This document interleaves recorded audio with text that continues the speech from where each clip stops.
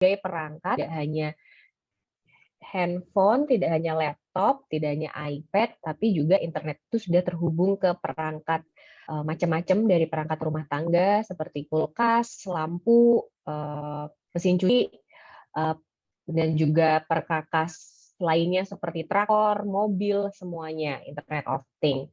Nah, dari semua yang sudah terhubung dengan internet itu, kemudian kan ada data ya yang terekam gitu istilahnya, data yang diakumulasikan oleh satu mesin yang kemudian kita sering juga sebutnya sebagai big data atau data raksasa. Nah, dengan data yang banyak ini kan kemudian persoalan baru yang muncul adalah terkait keamanan.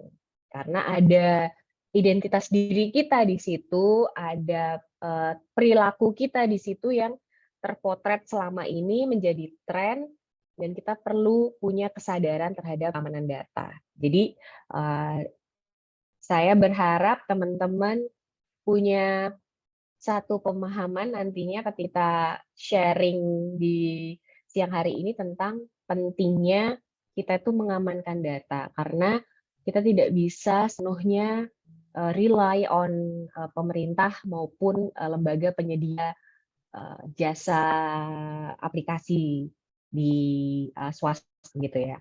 Jadi kita harus menumbuhkan jiwa atau kepekaan terhadap keamanan data kita sendiri. Nah, aku izin share screen.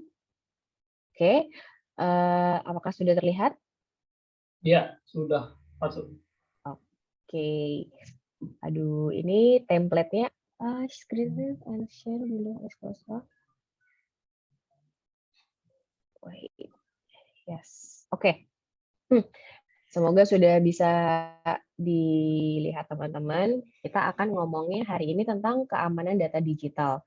Nah, seperti pertemuan sebelumnya, rules ngobrol kita kali ini adalah kolaboratif. Jadi teman-teman silahkan kalau mau menyampaikan pendapat, pertanyaan tengah diskusi kita, sangat saya persilahkan. Bisa langsung raise hand atau tulis di kolom chat. Silahkan, feel free ya.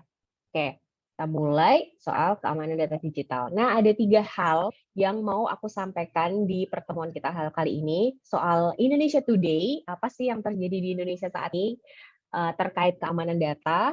Yang kedua adalah soal digital hygiene, yaitu soal ya hygiene, higienitasan digital kita tuh udah seberapa hygiene sih. Dan yang ketiga adalah fact check. Nah, soal cek ini saya akan singgung sedikit saja karena nanti kita kalau ada waktu bahas lebih dalam, soalnya dia fact check ini nanti bisa sampai ke kita ngecek foto, video, narasi dengan aplikasi-aplikasi atau tools-tools yang ada. Nah, sebagai overview atau selayang pandang, kita lihat dulu ya Indonesia saat ini tuh bagaimana sih pertemuan encounter-nya dengan internet itu.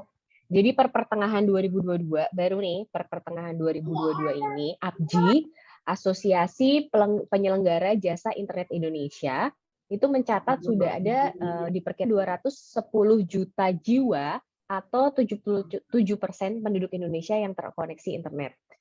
Jumlah ini meningkat 3,3% dari tahun 2020 dan meningkat 12,2% dari 2018.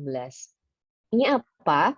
Sekarang itu teman-teman 8 dari 10 orang itu udah beraktivitas di ruang-ruang digital. Jadi kalau teman-teman kumpul keluarga mungkin ya ada 10 orang, 8 diantaranya itu sudah terhubung dengan internet. Nah, apakah ini apakah ini jumlah yang besar? Iya, jumlah yang besar dan peningkatannya eksponensial. Bayangin di tahun 2018, 4 tahun lalu, itu tuh baru ada 60-an%. Dan hanya butuh waktu 4 tahun untuk peningkatan sampai 12,2%. Jadi bisa dibayangkan, bisa jadi nanti teman-teman ketika lulus kuliah, atau katakanlah di tahun 2024, seluruh Indonesia itu udah terkoneksi dengan internet. Artinya apa sih? Nah, ketika akses konten, kita akses konten baik itu media sosial ataupun apa pemberitaan atau apapun deh yang teman-teman akses dengan internet, itu kan pasti mensyaratkan registrasi data pribadi. Kita bikin email, kita masukkan nama, kita masukkan apa namanya nama, usia, kita memasukkan nomor telepon kita. Teman-teman mau daftar apapun tuh sekarang pokoknya harus menyampaikan data diri dalam bentuk apapun ya, bisa nama, alamat, nomor induk kependudukan, telepon, apapun, macam-macam. Artinya apa? Aktivitas dan perilaku termasuk preferensi kita sebagai pengguna internet ini menjadi tren yang terekam. Begitu nomor kita didaftarkan, kita tuh sudah terpantau nih kita tuh di mana aja, kita melakukan apa dalam artian kegiatan yang terhubung dengan internet ya. Sering scroll soal sepatu bola misalnya, nggak nyampe 1 menit itu iklan-iklan yang ada di handphone pasti udah sepatu bola terus. Segampang itu membayangkan tentang bagaimana perilaku kita itu terekam, aktivitas kita tuh terekam. Dan yang belum banyak disadari masyarakat di Indonesia soal bagaimana perilaku kita itu terekam. Nah, data pribadi kan kemudian terekspos ya, dan tidak lagi menjadi privasi. Teman-teman, apa sih yang menjadi privasi saat ini? Kak, kita sudah punya si black box ini, si kotak hitam yang merekam semua aktivitas kita. Udah nggak ada privacy. Bagi penyedia jasa aplikasi gitu ya, dia lebih tahu makanan kesukaan teman-teman bahkan dari teman-teman sendiri. Dia lebih tahu kamu makan nasi goreng itu bisa 10 kali dalam seminggu. Dia lebih tahu dibandingkan teman-teman. Nah, sekarang ketika data itu sudah terekam, kita hadapi satu tantangan soal peretasan data. Nah, sepanjang Juli sampai September 2022 ini, salah satu badan statistik yang mencatat ya, Global Data Breach Stat atau SUBSARC mencatat terjadi 12, juta aksi peretasan data. Itu di Indonesia ya, di Indonesia. Nah, kebocoran data ini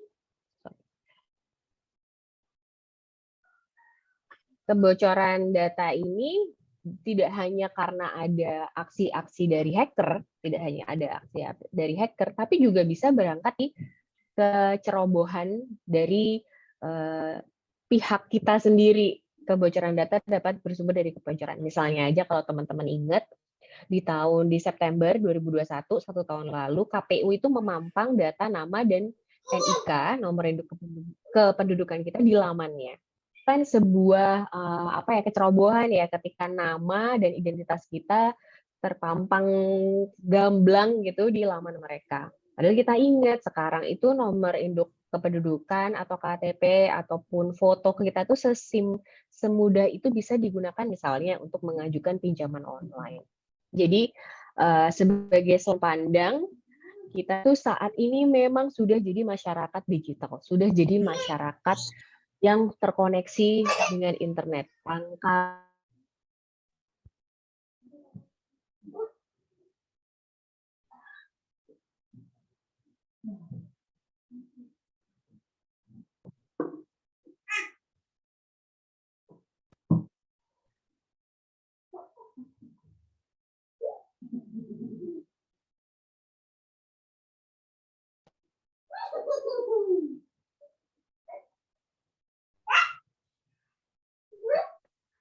Terus ngomongin itu jadi udah paham ya bahwa kita tuh udah menjadi masyarakat internet. Sudah menjadi masyarakat digital. Apa buktinya? Ya sudah 77% masyarakat terkoneksi internet. Kemudian berarti sudah ada data yang sangat besar yang terekam untuk masyarakat Indonesia. Dan saat ini kita menghadapi satu tantangan terkait peretasan data. Oke, lanjut. Nah, ini ada satu indeks nih yang bisa kita untuk mengukur bagaimana keamanan data kita sih. Nah, salah satunya adalah Global Cyber Security Index. Di tahun 2000 itu 94,88. Ini tinggi banget. Angka ini tinggi banget dan menempatkan kita di posisi ke-24 secara global dan peringkat ke-6 di lingkup Asia Pasifik. Tinggi dalam artian kita tuh harusnya aman banget nih, cyber security kita tuh harus aman banget nih, dunia cyber aman. Karena Indonesia juga dikategorikan masuk leading stage dan dinilai telah menunjukkan komitmen yang tinggi dalam 5 pilar yang mereka nilai, yaitu keamanan cyber, penyelenggaraan payung hukum, teknikal, pengembangan kapasitas, kerangka kerjasama, dan organisasi.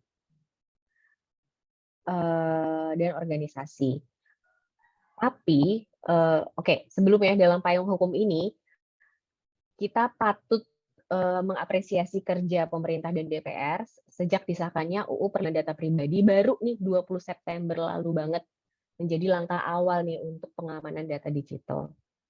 Tapi sayangnya yang membuat ini skornya tinggi banget tapi kok kita masih ada kita dihantam hacker, kita masih ada yang teretas karena ada nilai rendah di soal pilar organisasi.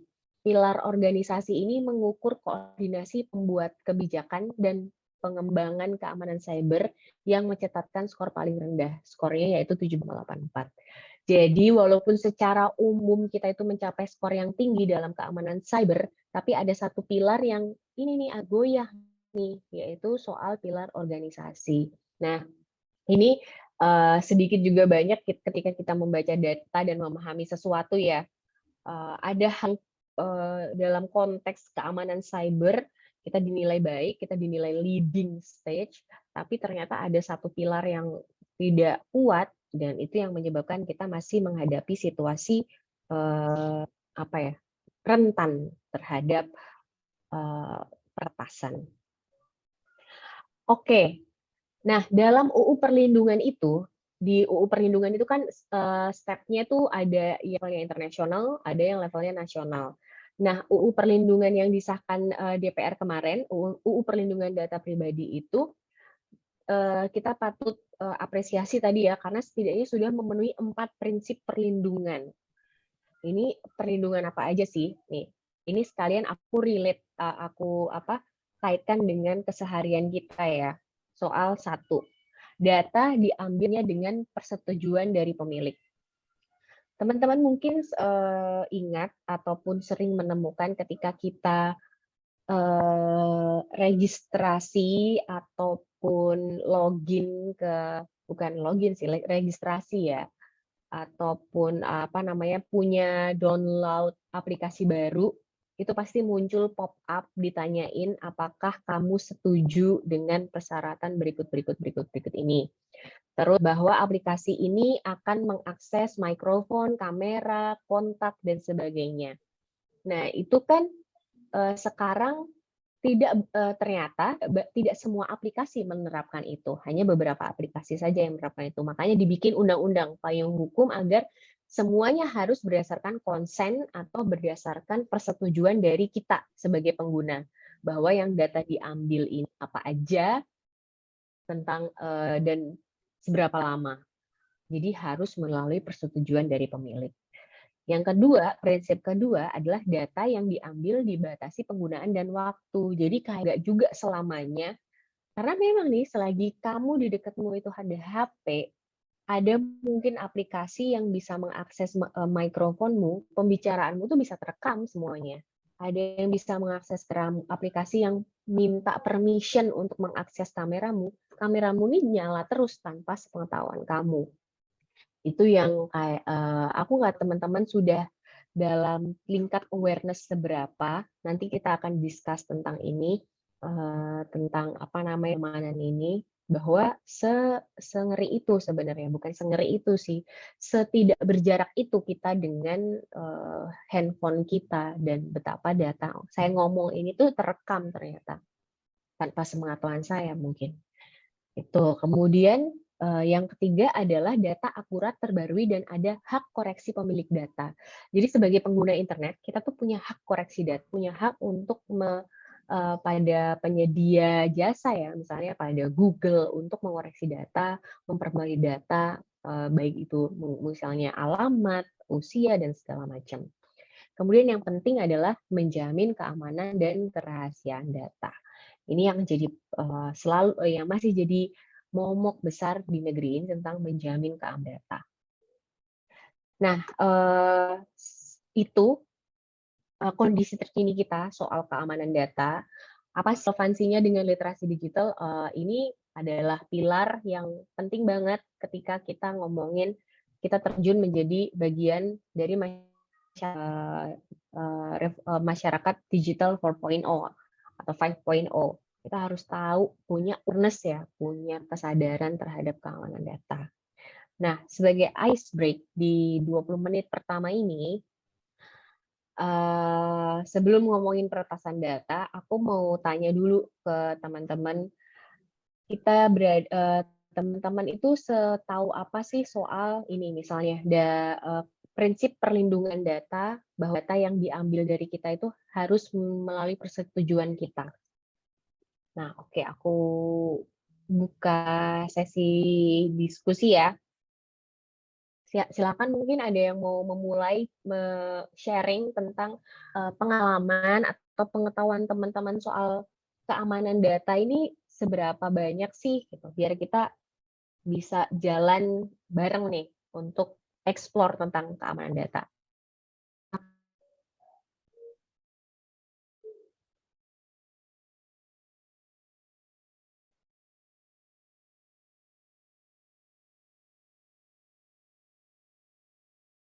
Harus aku tunjuk ya. Siapa ya?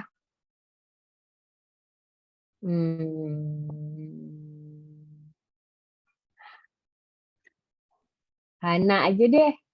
Hana, halo. Hana Pratiwi. Iya, halo Kak.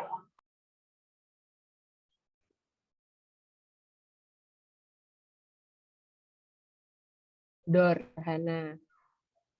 Ayo, kamu harus ngomong. Halo Hana, apa kabar?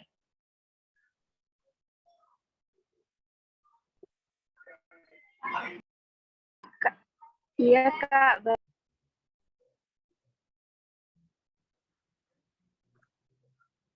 Halo.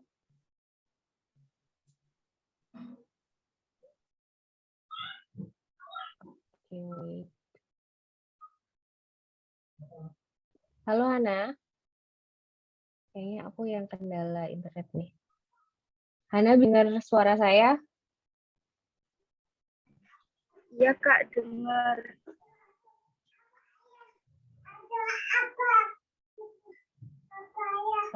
Patria, boleh dibantu nggak? Aku suaranya terdengar nggak? Kayaknya Ya, ada masuk. internetku barusan nggak stabil. Suaranya masuk agak?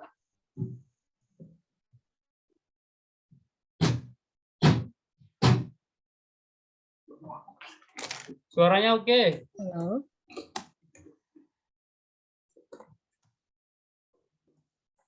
Halo.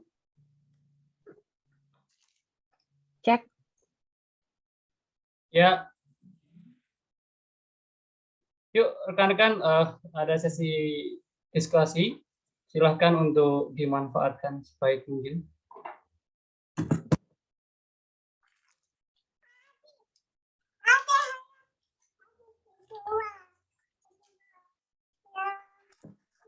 Suaranya oke tak? Oh, oke.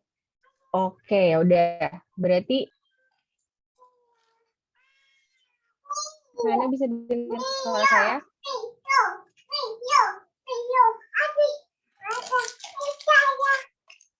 Atau mungkin karena pakai Yang lain headset, jadi kadang hilang sih kadang. Tapi ini pas oke orang. Mau sharing.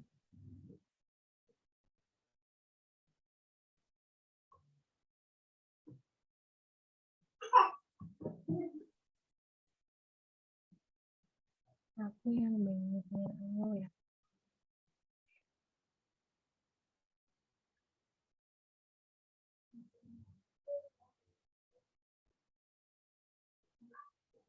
Halo, oke, ya udah karena belum ada yang mau sharing, aku lanjut dulu ya. Lanjut ke sebenarnya ini lanjutnya juga akan ice break sih teman-teman. Aku pengen tanya ke teman-teman soal apa pendapat teman-teman terkait ini peretasan data yang terjadi di Indonesia akhir-akhir ini. Karena apa namanya? Biar aku paham juga nih seberapa jauh atau seberapa dekat teman-teman dengan isu keamanan data ini. Oke, coba ya. Dwi Indriani. Halo Dwi. Ya, Kak.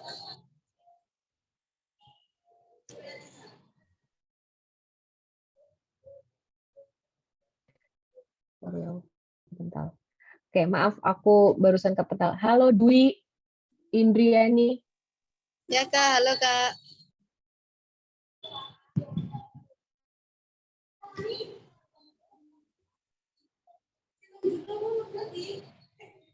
Patria, kamu Yuk. dengar suaranya Dwi Indriani nggak? Aku kok nggak Dengar, denger. dengar. Aduh, apa ya dia? Lepas deh headsetmu. Enggak. Coba aku matiin earphone dulu deh. Aku yang keliru nih. Cek.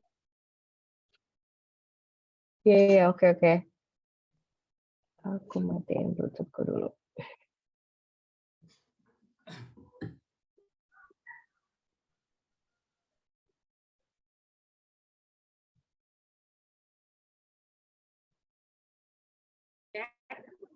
Halo.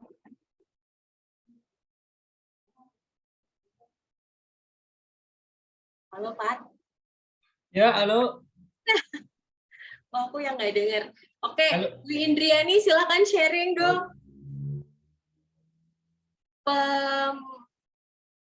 Bagaimana pendapatmu tentang peretasan data di Indonesia akhir-akhir ini?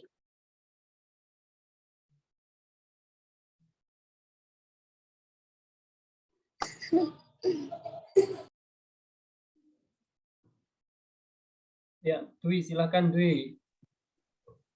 Baik, Kak. Halo, Dwi. Halo, Kak. Baik. Pendapat saya tentang berita tentang perbatasan di Indonesia itu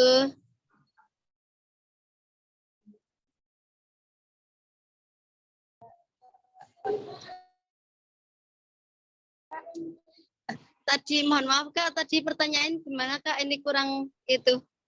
Apa pendapat, kita kan lagi ngomongin keamanan data nih, keamanan data digital. Apa pendapat kamu soal peretasan data yang terjadi di Indonesia hari terakhir-terakhir ini? Kayak kasusnya peretasan data di BPJS misalnya, atau kasus hacker Bjorka. Apa pendapatmu?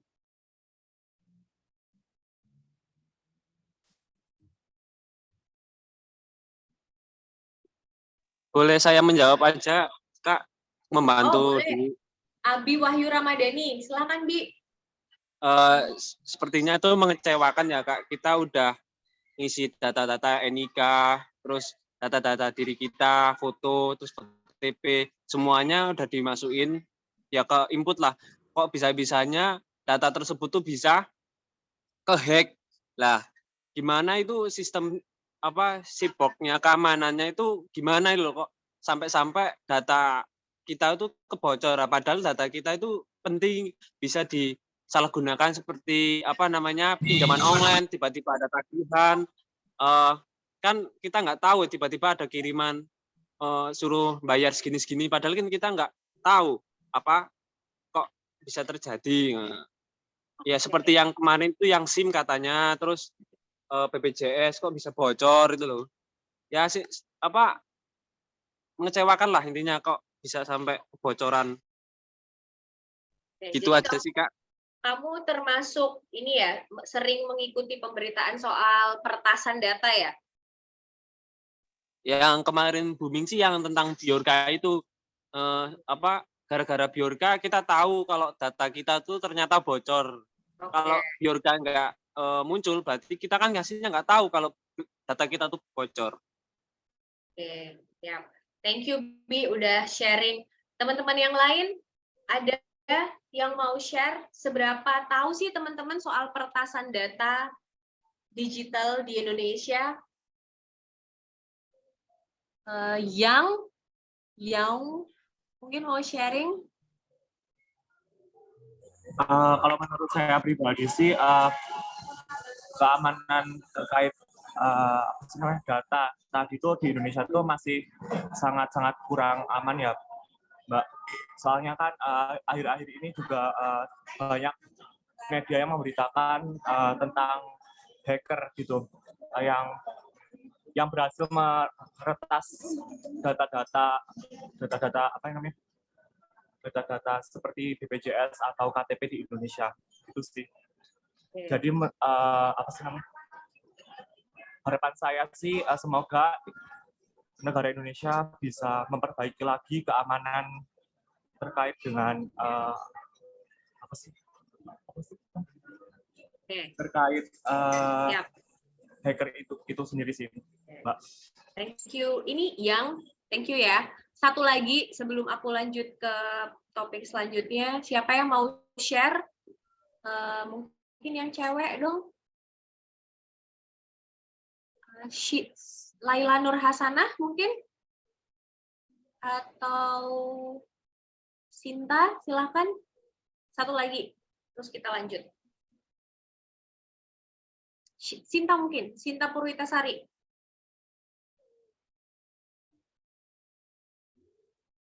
Ya, malu. Dong, jangan malu. Atau, ya, halo Sinta. Halo Kak. Yes.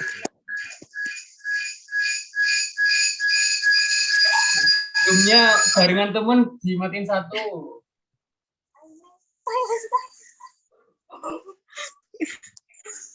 Tadi apa Kak? Sinta, kamu tahu nggak ada peretasan data digital di Indonesia? Tahu. Kayak gimana peretasan data itu? Kalau menurut saya itu data-data pribadi kita yang waktu kita login aplikasi itu semua orang bisa tahu. Terus kasus-kasusnya pinjol itu kalau kitanya nggak bayar, terus semua kontak WhatsApp-nya diteror sama si rentenir itu, Mbak. Oke, sip. Thank you, Sinta. Oke, teman-teman, aku punya gambaran ya, setidaknya dari 3 teman tadi, berarti sudah familiar dengan soal peretasan data, dan bagaimana saat ini Indonesia menghadapi situasi di mana keamanan data kita itu masih rentan. Dalam hal ini, pemerintah kan masih ya berupaya untuk meningkatkan keamanan digital.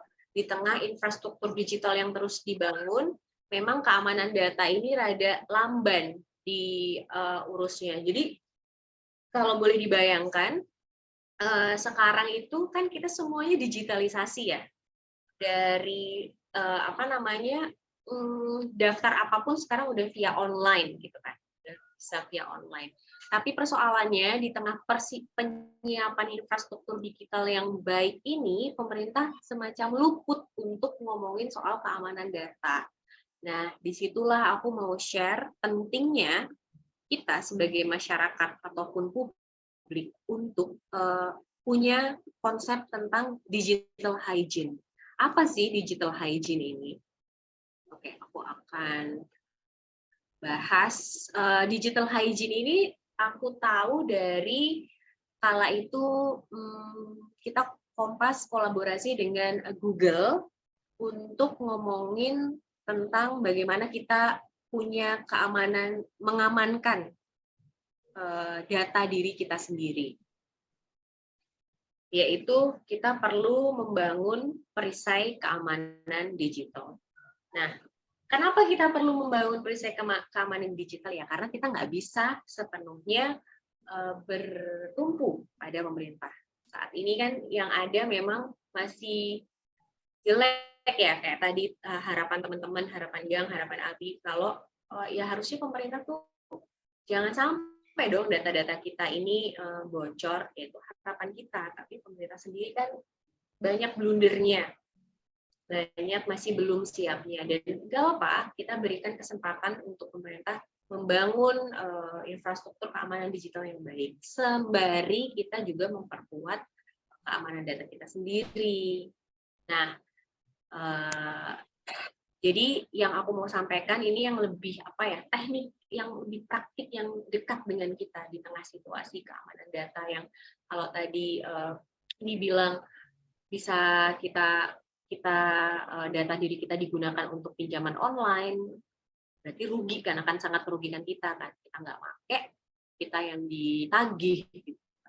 Belum lagi kalaupun kita menggunakan pinjaman online, mereka bisa neror kontak-kontak kita untuk nagih. Itu kan udah violate of privacy ya, udah kayak melangkahi privasi kita ya. Nah, ini nih gambaran umumnya. Sebenarnya teman-teman kalau belum memahami tentang keamanan digital atau keamanan data digital itu nggak usah khawatir, karena kemarin jejak pendapat Litbang Kompas, jejak pendapat itu adalah cara kita mengumpulkan pendapat masyarakat, teman-teman. Jadi dengan kita telepon setidaknya 500 orang responden, kita tanya tentang isu-isu tertentu, dan kita mendapatkan nih, jejak pendapat Litbang Kompas pada Januari 2022 menunjukkan adanya kecenderungan pemahaman individu yang lemah terhadap keamanan data pribadi di ruang digital. Jadi tadi kita harus membangun perisai keamanan data, tapi sebenarnya masyarakat sendiri pun juga masih punya pemahaman yang belum banyak tentang perisai keamanan digital ini.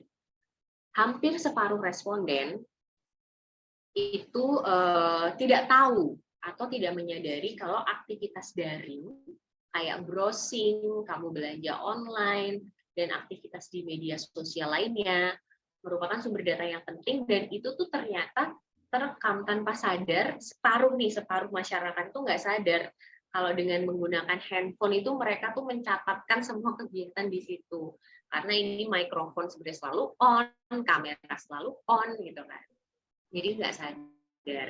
Jadi ini ngeri sebenarnya di tengah pemerintah yang masih renta ini keamanan datanya, masyarakat sendiri pun juga nggak tahu kalau data mereka itu penting dan sebenarnya rentan untuk diambil. Nah, ini kondisi masyarakat kita. Jadi kenapa data ini saya sampaikan? Karena kembali lagi ya ke fitrahnya kegiatan kita kali ini adalah agar teman-teman menjadi agen of change ya, agen yang membawa perubahan, mampu mengedukasi masyarakat untuk makin sadar diri terhadap keamanan datanya di ranah digital. Nah,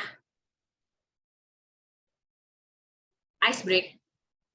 Tadi aku udah kebayang nih, teman-teman memang mungkin ada yang malu-malu, belum tahu pertasan data itu apa, dan mungkin belum punya kesadaran bahwa data kita itu penting. Nggak apa-apa. Sekarang ice break aku adalah tentang 6 tips ini. Sudahkah teman-teman menerapkan 6 tips ini untuk melindungi data pribadi teman-teman di media sosial? Ini kita terbatas saja dulu di media sosial. 1, menyembunyikan tanggal lahir. 2, memasang lokasi di postingan. Kayak misalnya aku lagi di mana nih? Aku lagi di mana ya? Purworejo. Aku lagi di Jogja dan detail gitu kan. Kalau di Google Maps kan detail. Jangan posting kartu identitas dan sejenisnya. Hapus pertemanan dengan orang yang tidak dikenal. Jangan posting sesuatu yang berhubungan dengan anak kecil.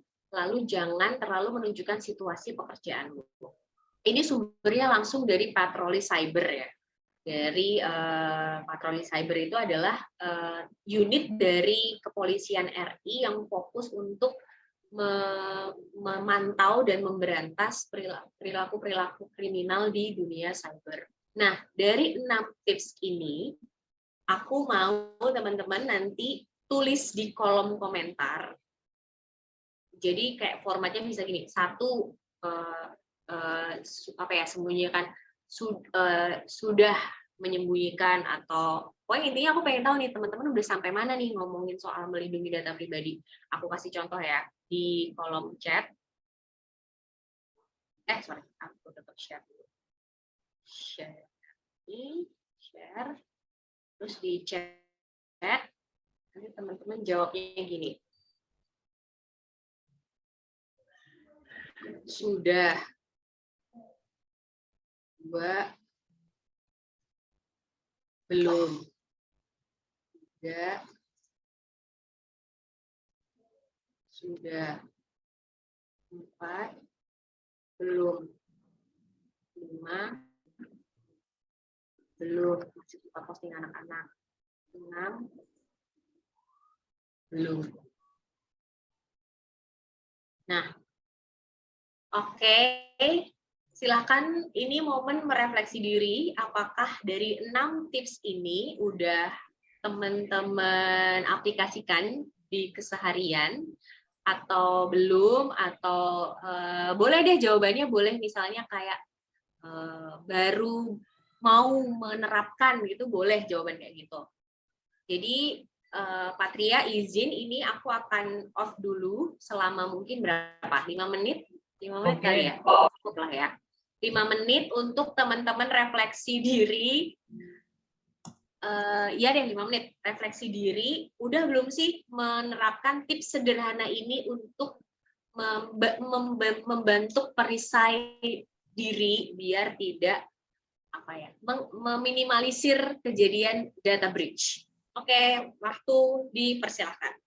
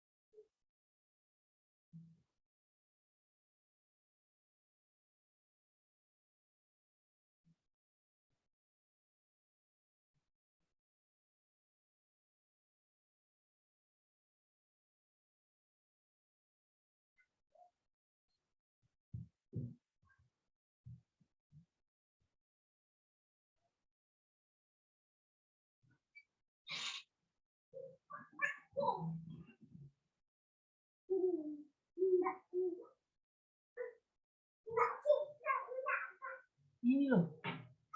Ini.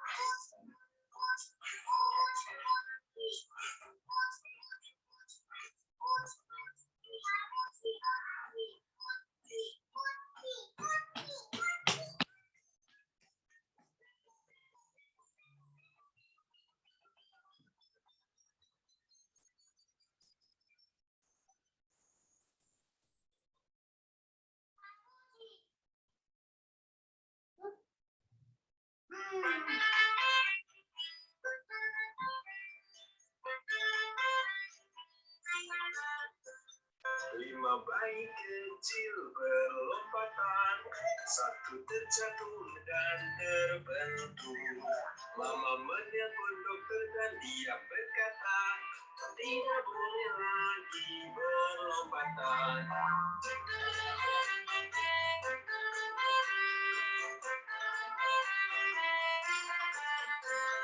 Empat bayi kecil berlompatan, satu terjatuh dan terbentur. Mama menelpon dokter dan dia berkata, tidak boleh lagi berlompatan.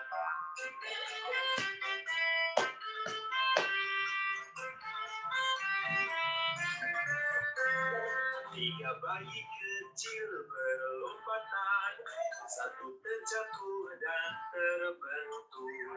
Mama menelpon dokter dan dia berkata, tidak boleh lagi berlompatan.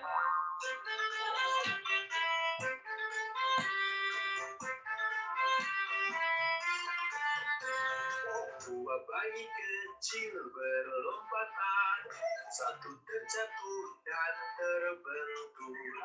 Mama menelpon dokter dan dia berkata, tidak boleh lagi berlompatan.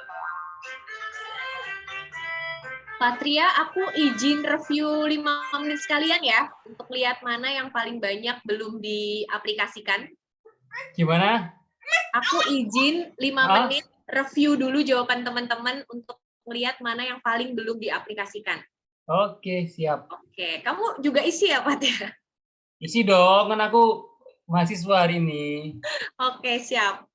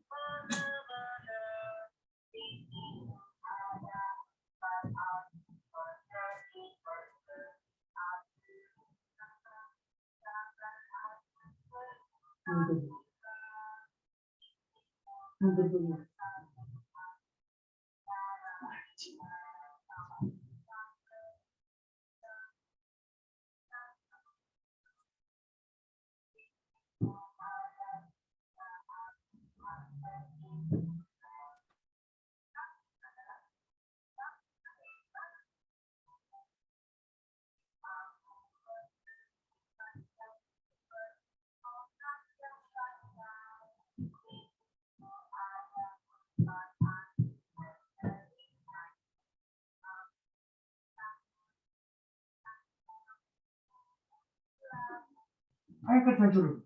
Ya.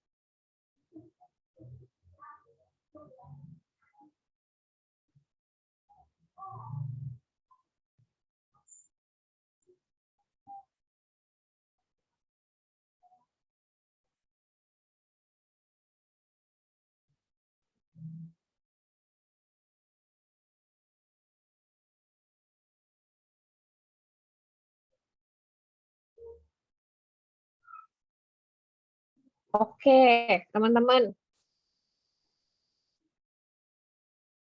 Cek. Nah, aku udah sedikit banyak lihat jawaban dari teman-teman semuanya.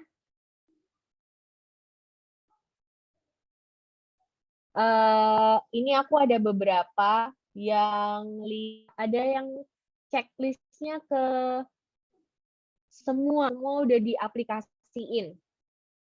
Yaitu ada Yang, Yeni Febriana, Hajar, Nawara, Aisyah, dan David. Nah, di antara teman-teman yang bilang udah semua ini, aku mau nanya, dari mana sih teman-teman sadar bahwa perilaku-perilaku ini bisa mengurangi atau meminimalisir peretasan data? Mungkin dari Zeni Febriana.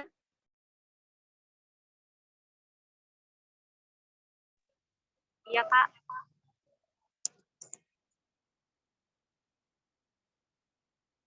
Kalau dari saya, itu kan termasuk privasi kita kan. Kalau misal Tunggu Zeni, tunggu. sesuatu kan belum tentu Mati orang lain lagi. ini loh, suka gitu. Atau mungkin ada yang nggak suka terus menelusuri kita, terus bisa aja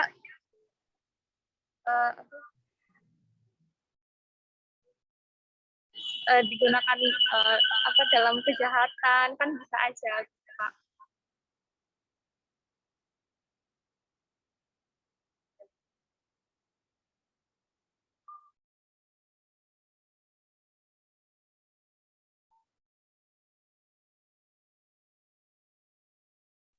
Mohon maaf, Kak, nggak ada suaranya.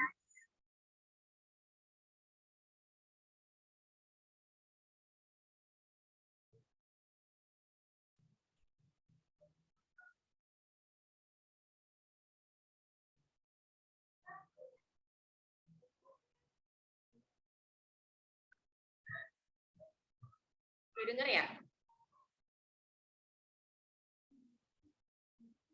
Zeni udah dengar suaraku? Udah, Kak. Oke, boleh diulang lagi, Zen?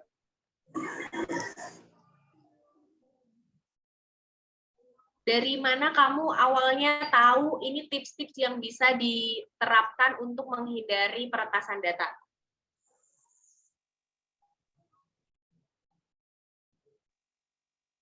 Karena itu kan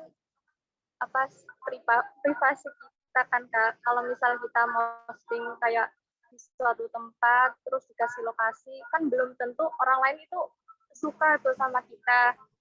Bisa aja orang yang nggak suka sama kita menelusuri tempat itu, terus kayak melakukan kejahatan, kan bisa aja gitu, Pak. Oh ya, oke. Keren, Zeni. Thank you udah sharing. Bener banget, emang kadang di media sosial itu kan bisa ada orang yang nggak suka sama kita ya, terus memanfaatkan data yang kita tampilkan itu untuk berbuat kejahatan. Terima kasih Zeni Febriana. Satu lagi deh dari Nawara. Halo Nawara.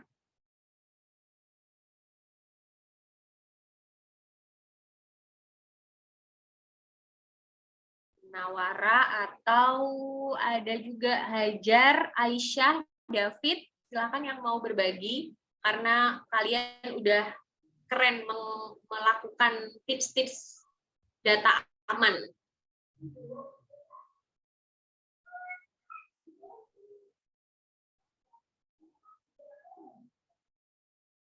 Mana nih, David, Aisyah, Nawara, atau Hajar? Ada juga yang sih udah semua, tapi yang tadi udah ngomong. Ayo, siapa? Nawara Nuha, Salma. Halo Nawara.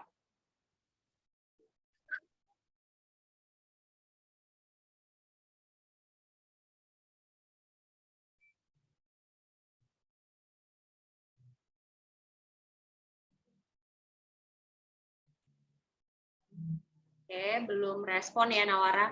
Aisyah? Aisyah, ada nggak Aisyah? Ada, Kak. Aisyah Sabrina. Boleh di-share nggak kamu udah menerapkan tadi tips-tips pengamanan data itu awalnya kamu tahu dari mana, terus gimana deh ceritain.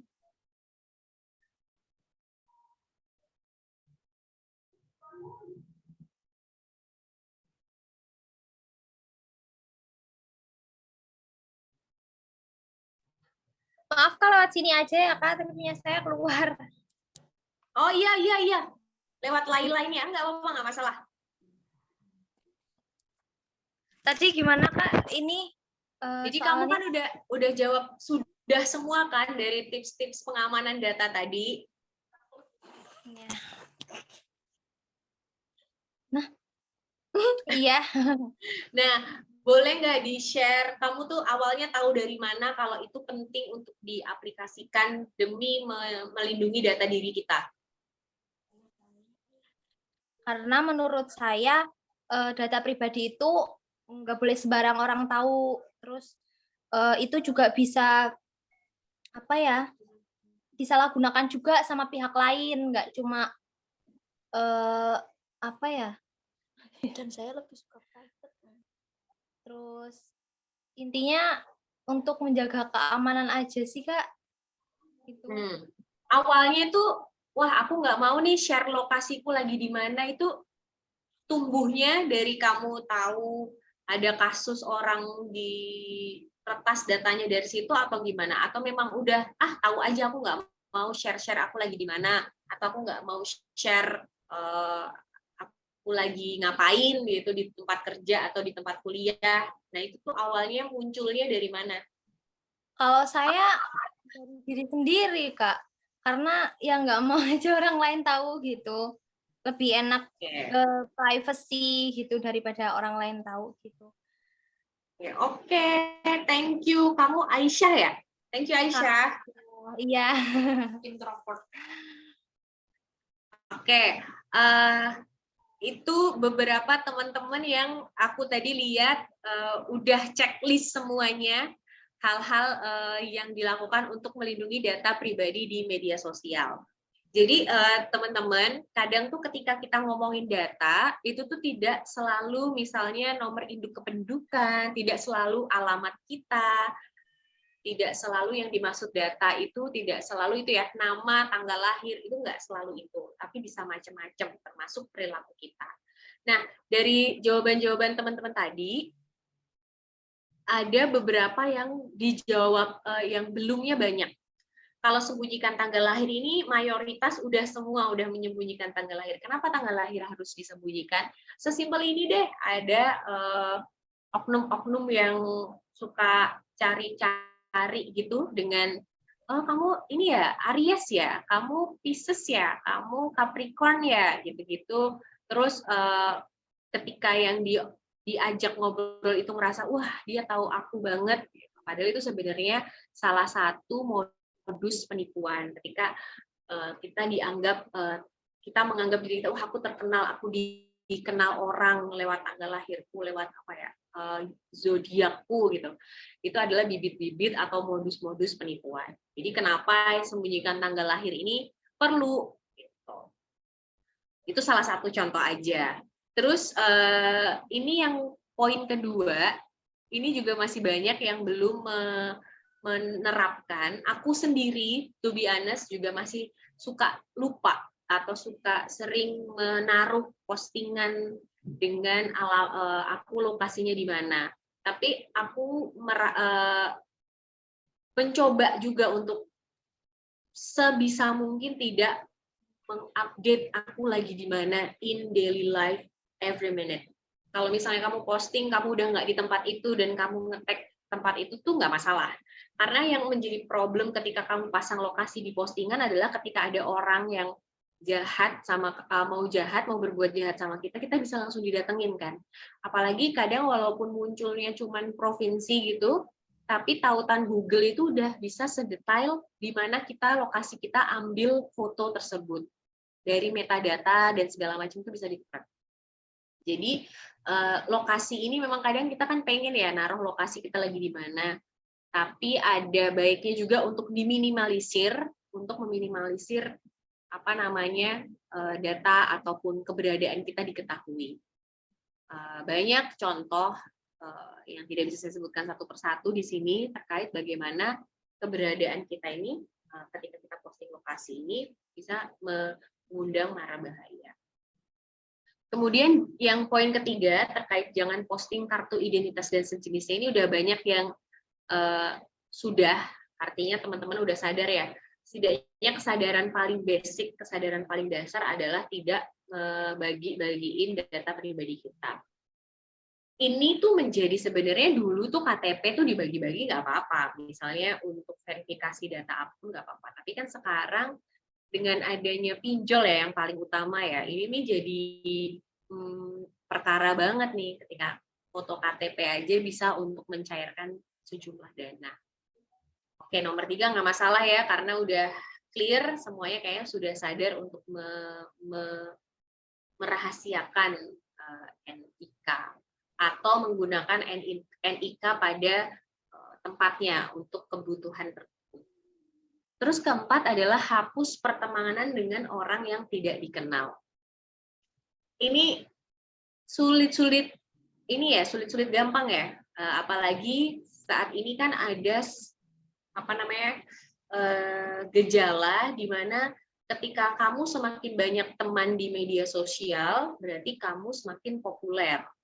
Ketika kamu punya banyak follower gitu ya, kamu merasa you are a better person, kamu orang yang lebih keren, lebih baik dari yang lainnya. Padahal ada tersisip satu potensi kejahatan di situ.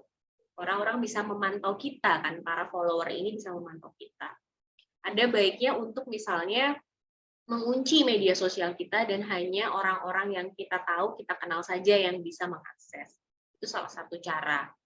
Kemudian ini aku ada cerita. Kadang ada kan orang yang suka ketika di-follow oleh public figure. Wah, aku di-follow ini nih Nicholas Saputra nih gitu kan. Aku di-follow sama Ganjar Pranowo, seneng. Tapi di Amerika pernah ada orang yang malah keberatan kalau dia di-follow oleh orang-orang ini. Kenapa? Karena dia akhirnya jadi terekspos kan, bagaimana dia nge-tweet, apa yang dia tweet, apa yang dia sampaikan itu jadi terekspos, dan aku nggak mau kamu tahu soal apa yang aku sampaikan di media sosial. Nah, teman-teman sebenarnya bisa memanfaatkan tools-tools yang ada di media sosial untuk membatasi interaksi atau membatasi konten apa yang dilihat orang dari kita. Jadi itu bisa dieksplor. Jadi ketika teman-teman punya Instagram, Twitter, dan media sosial lainnya, explore tools-tools yang ada di situ yang bisa memaksimalkan keamanan data teman-teman. Ini aku nggak bilang jangan punya media sosial ya. Media sosial itu jadi bagian penting juga dalam masyarakat digital saat ini. Gunakanlah, tapi sebisa mungkin punya kesadaran untuk merahasiakan hal-hal tertentu atau menutup hal-hal tertentu dari orang-orang yang kita nggak kenal. Lagi kan sekarang kayak ada yang beli follower, beli likes, itu kan sebenarnya merupakan bentuk atau gejala dari orang-orang tuh senang ketika di-follow banyak orang. Ini menjadi gejala yang kita bisa lihat sebagai satu tren di masyarakat kita, sekaligus gejala yang dimana di situ ada potensi keamanan pembobolan data. Yang kelima, ini juga masih banyak yang belum mempraktikkan, yaitu posting sesuatu yang berhubungan dengan anak kecil. Lagi-lagi saya harus mengakui, saya juga beberapa kali posting tentang ponakan saya atau anak teman saya dengan izin ya. Ternyata dengan izin saja tidak cukup, karena kejahatan cyber itu salah satunya juga disumbang oleh pelecehan pada anak di bawah umur maupun penculikan anak. Nah, ini yang akhirnya sebenarnya keamanan data tuh punya efek yang multiplier effect, karena dari kecerobohan kita mengelola data. Tadi ya saya bilang data itu nggak cuma soal nama, nik dan segala macam, tapi bisa perilaku dan kegiatan kita. Kecerobohan kita terhadap data digital ini bisa banyak dampaknya, tidak hanya soal pinjol misalnya, tapi juga bisa ke kejahatan atau kriminalitas yang berhubungan dengan tadi human trafficking, pelecehan, segala macam. Jadi perlu juga kita mempertimbangkan untuk memposting hal-hal yang berbau anak kecil, baik itu anggota keluarga maupun teman, kerabat gitu ya. Mempertimbangkan dulu deh. Aku nggak bilang sepenuhnya jangan posting ya, karena kan ini kayaknya melarang gitu ya. Tapi mempertimbangkanlah untuk ketika mau memposting foto atau sesuatu yang berhubungan dengan anak kecil. Yang terakhir, yang keenam itu adalah jangan terlalu menunjukkan situasi pekerjaan. Ini sebenarnya sama dengan yang poin pertama. Situasi pekerjaan atau sekolah atau apapun ya. Ketika kita terlalu mengekspos kegiatan kita, atau bahkan kita terlalu mengekspos apa yang sedang kita rasakan, apa yang sedang kita galaukan, itu akan jadi sasaran empuk bagi orang-orang yang punya kepentingan untuk mengambil keuntungan dari kita, atau melukai, atau berbuat jahat ke kita. Jadi gitu. Tentu saja 6 tips ini hanya sebagian kecil dari upaya kita untuk menjaga kerahasiaan atau data diri ya. Dari 6 ini juga, tadi yang paling banyak belum diimplementasikan adalah poin kedua, keempat, kelima, dan keenam. Which is fine, karena kayaknya kita memang sulit untuk mengaplikasikan ini. Cuman aku pengen awareness-nya udah ada ya, awareness atau kesadaran untuk mempertimbangkan apa yang kita posting. Apakah ini berdampak langsung terhadap keamanan data kita? Enggak, ini enggak berdampak langsung. Dampaknya tuh sebenarnya ini perisai pertama untuk kita punya perilaku yang sadar. Sadar terhadap keamanan data. Baru agar apa? Agar data kita terjaga. Kalau datanya terjaga, tidak bisa disalahgunakan oleh pihak lain. Pihak lain nggak bisa nyalahgunain, artinya meminimalisir perilaku kriminal atau perilaku jahat yang bisa terjadi atau menimpa kita maupun kerabat kita. Karena kan di media sosial itu gampang banget kan ngelihat, oh Arita ini temen deketnya siapa, Arita ini pacarnya siapa, atau Arita ini keluarganya, gampang banget kita melacaknya. Jadi sebisa mungkin untuk benar-benar berhati-hati memposting atau memproduksi sesuatu di media sosial. Kita belum nanti ngomongin yang soal media lainnya.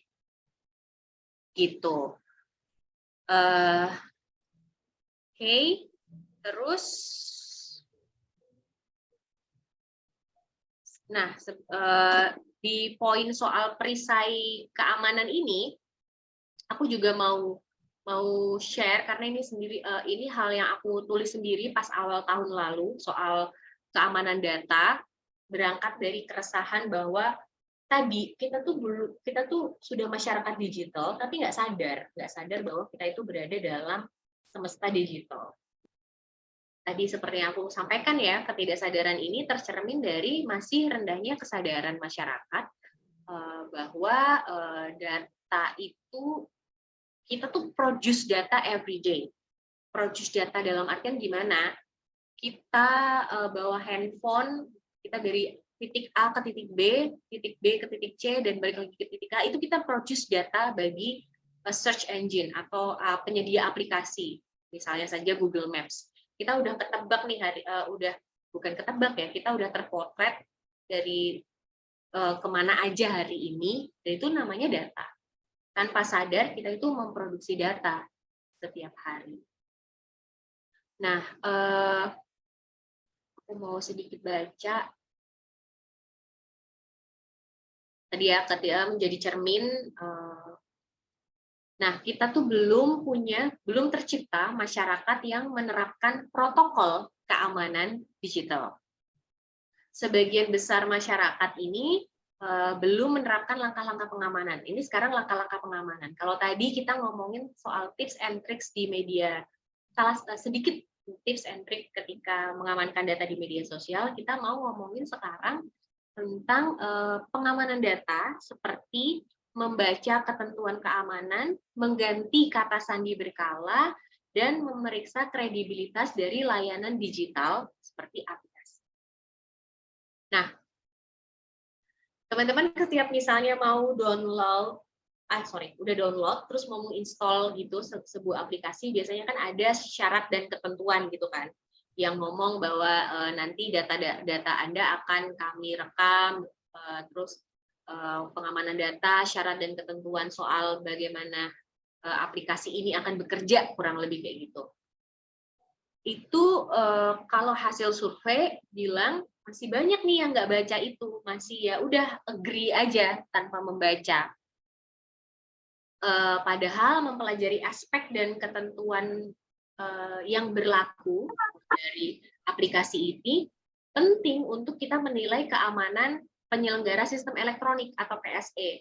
Jadi kalau PSE itu kayak orang punya aplikasi itu disebutnya PSE, penyelenggara sistem elektronik. Nah, pengguna, ini kita udah nggak ngomongin negara lagi ya, negara oke lah, kita kasih kesempatan bagi negara untuk ngurus keamanan data kita. Sekarang kita ini tuh dituntut untuk menggunakan aplikasi yang aman, yang tidak berdampak pada device kita, yang bisa membuat device atau handphone kita itu jadi tempat dia untuk menyerap semua data yang ada. Nah, perlu teliti untuk melihat relevansi izin akses yang diminta oleh sebuah aplikasi. Oke, jadi bayangin teman-teman habis download aplikasi contohnya WhatsApp gitu ya. Habis download WhatsApp, dia pasti ada syarat dan ketentuan, itu disarankan teman-teman baca syarat dan ketentuan.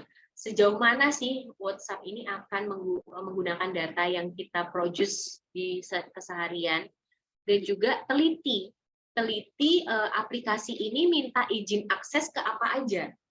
Misalnya izin aksesnya ke lokasi, ke nomor telepon, ke kontak, ke mikrofon, ke kamera, gitu ya. Ini teman-teman harus teliti. Kalau teman-teman memang nggak mau mengizinkan akses, aplikasi mengizinkan akses ke hal-hal tersebut, ya tolak aja. Dampaknya apa ya? Misalnya kamu nggak mengizinkan WhatsApp untuk mengakses kameramu, berarti kamu nggak bisa nih ketika WhatsApp video callan. Atau ketika video callan, akses itu kamu berikan ke WhatsApp. Tapi ketika kamu nggak video call, matiin izin akses ke kamera. Itu agak ribet, memang. Tapi akan berdampak baik untuk keamanan data kita. Nah, soal ini aku mau tanya lagi. Maaf ya, aku banyak tanya, karena kalau nggak nanya, nanti dimarahin Pak Fatya. Aku mau nanya nih, ke siapa ya? Yang belum, Denita Permatasari. Halo Denita, apa kabar?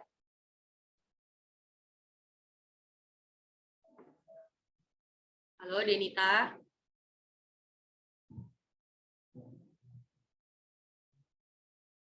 Oh, Denita nggak respon.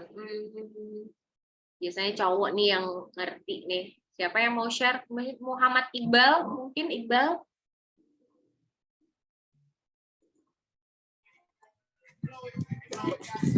Halo Iqbal. Iya, gimana Kak? Halo. Iqbal. Halo, mau nanya nih. Halo. Ya, kamu pernah nggak mau download atau install aplikasi, terus muncul syarat dan ketentuan, dan aplikasi itu minta izin akses ke kamera, mikrofon, kontak, pernah nggak nemu kayak gitu? Pernah Kak, pernah banget dong malah. Sering ya? Nah, ya, sering. Kamu baca nggak syarat dan ketentuan itu, dan misalnya mengizinkan ke semua akses atau hanya tertentu saja?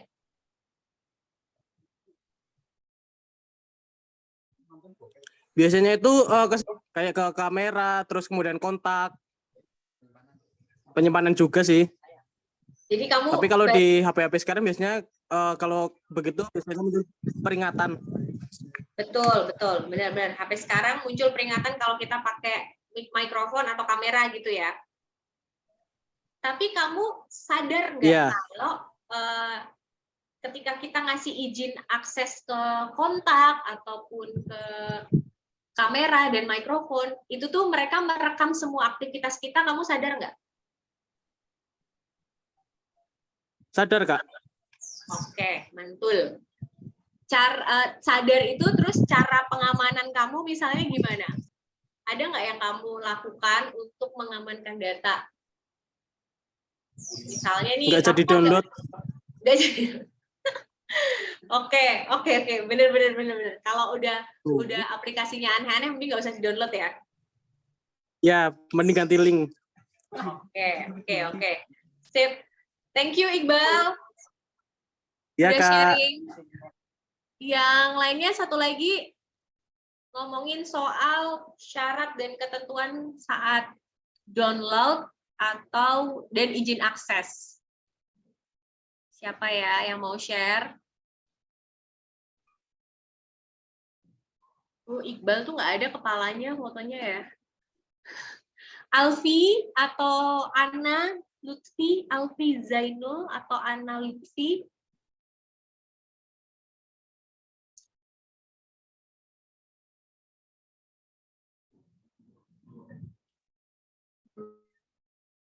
Hai, karena seperti halo, ada ya? Oke, aku lanjut lagi aja. Jadi soal tadi, masih respon. Halo, Ana Lutfi.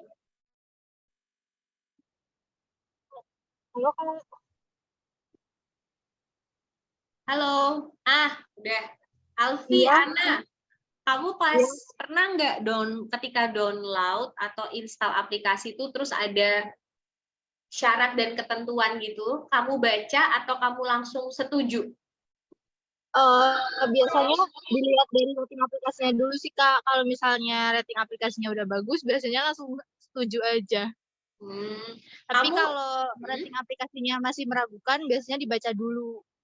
Oke, jadi kalau kamu melihatnya dari rating aplikasi ya? Iya. Kalau dari izin akses, biasanya kan mereka minta akses untuk ke kamera, mikrofon, kontak, lokasi gitu. Biasanya kamu izinin semua atau kamu pilih-pilih juga?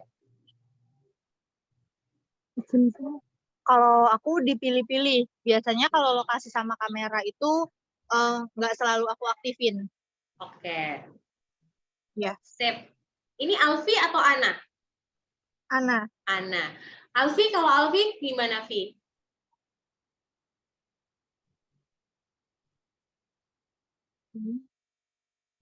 Saya lihat ratingnya juga, Mbak. Kalau biasanya kan ulasan ya.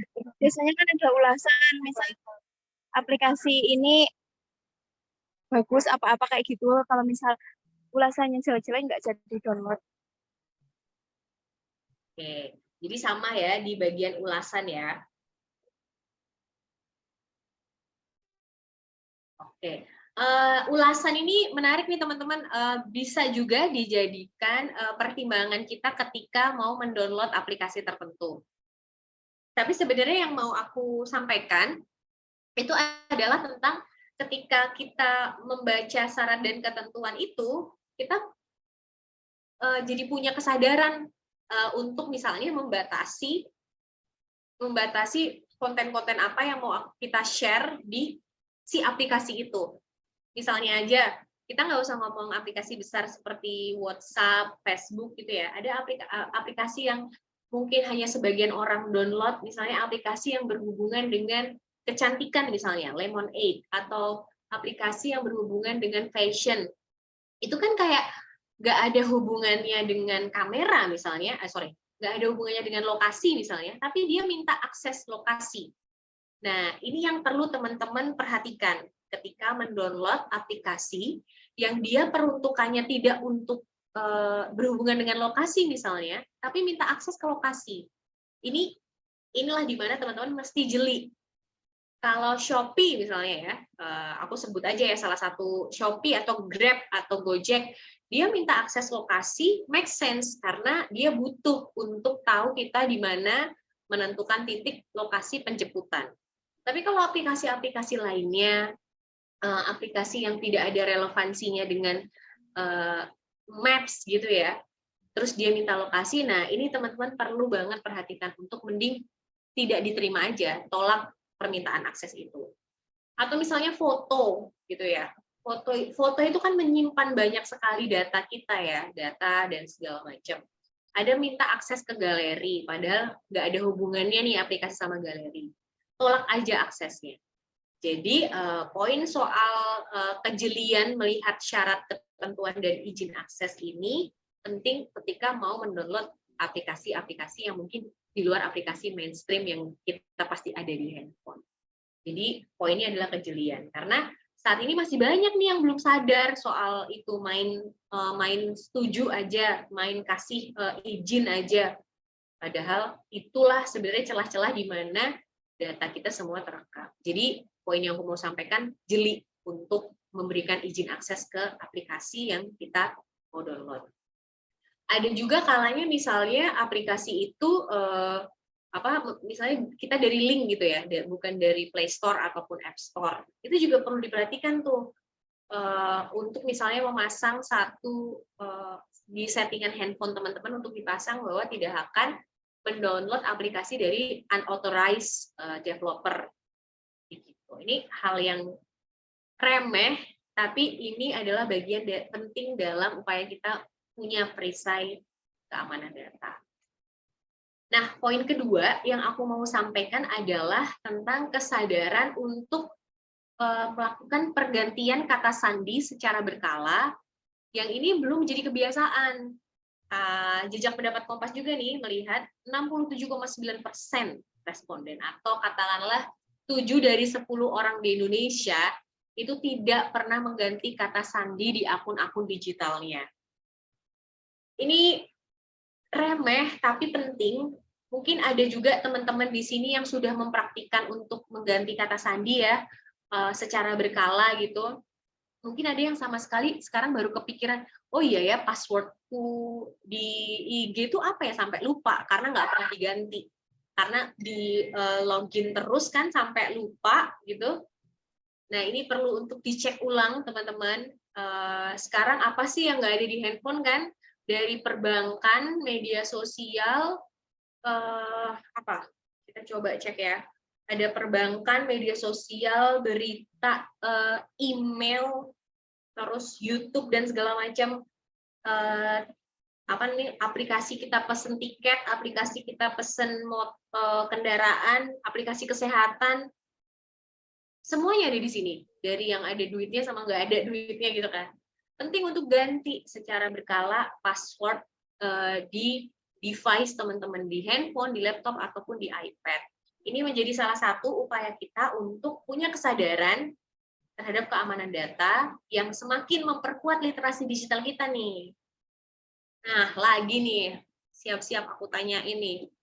Siapa yang jarang dan atau sudah sering mengganti password di medsosnya maupun di apapun deh aplikasi yang akun-akun yang terkait nyambung di digital. Oke, karena ini kayaknya pada off cam dan pada mungkin kendala jaringan juga ya teman-teman, silakan aja chat apakah teman-teman sudah atau belum mengganti password akun digital teman-teman. Jawabannya gini ya, sudah 3 bulan sekali gitu, atau belum kepikiran. Nah, silahkan, ini kayaknya lebih asik di chat aja ya. Silahkan tulis jawabannya. Sudah secara berkalanya tuh berapa berkala ya? Kayak bisa 3 bulan sekali, 6 bulan sekali, setahun sekali, atau 2 tahun sekali gitu. Silahkan, aku tunggu jawabannya.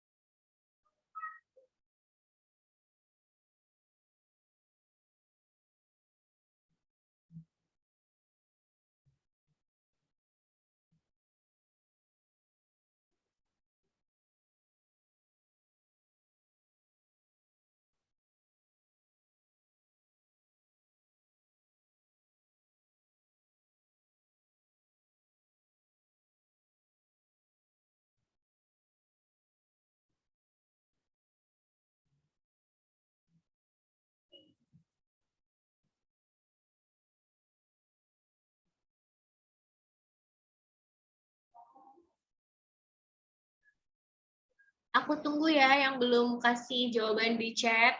1 menit lagi.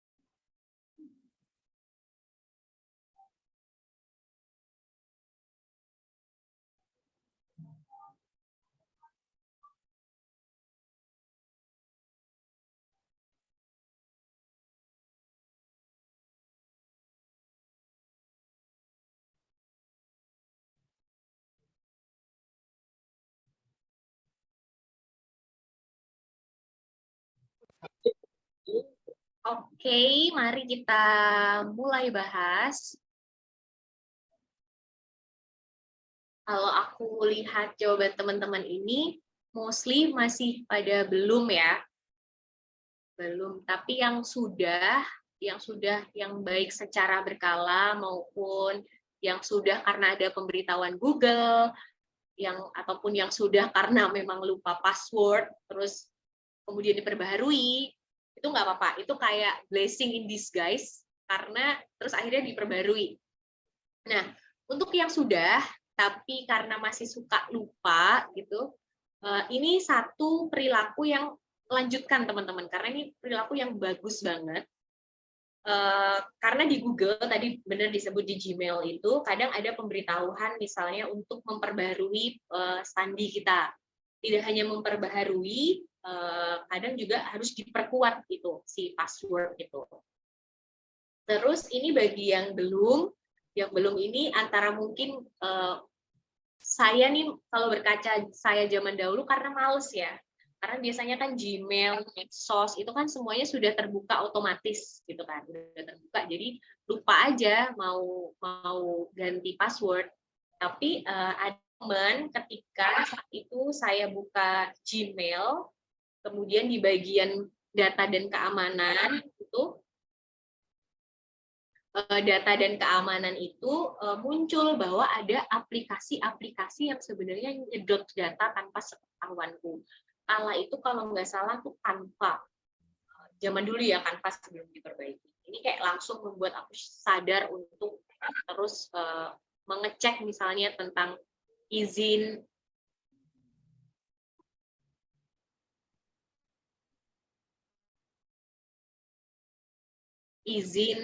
akses dan juga password. Yang belum saya harapkan untuk kemudian mengaplikasikan atau menerapkan cara untuk memperbaharui password secara berkala. Bisa 3 bulan sekali, bisa 2 bulan sekali, ataupun kalau mau yang hardcore bisa 1 bulan sekali diganti. Kalau lupa, ini kayaknya penyakit semua orang ya, lupa, ada baiknya untuk dicatat.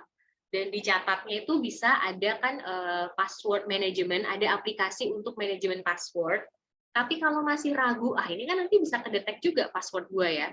Bisa ditulis aja di di buku catatan yang tidak terkoneksi dengan internet sama sekali. Jadi itu benar-benar private, hanya teman-teman yang tahu. Jadi memang harus catat.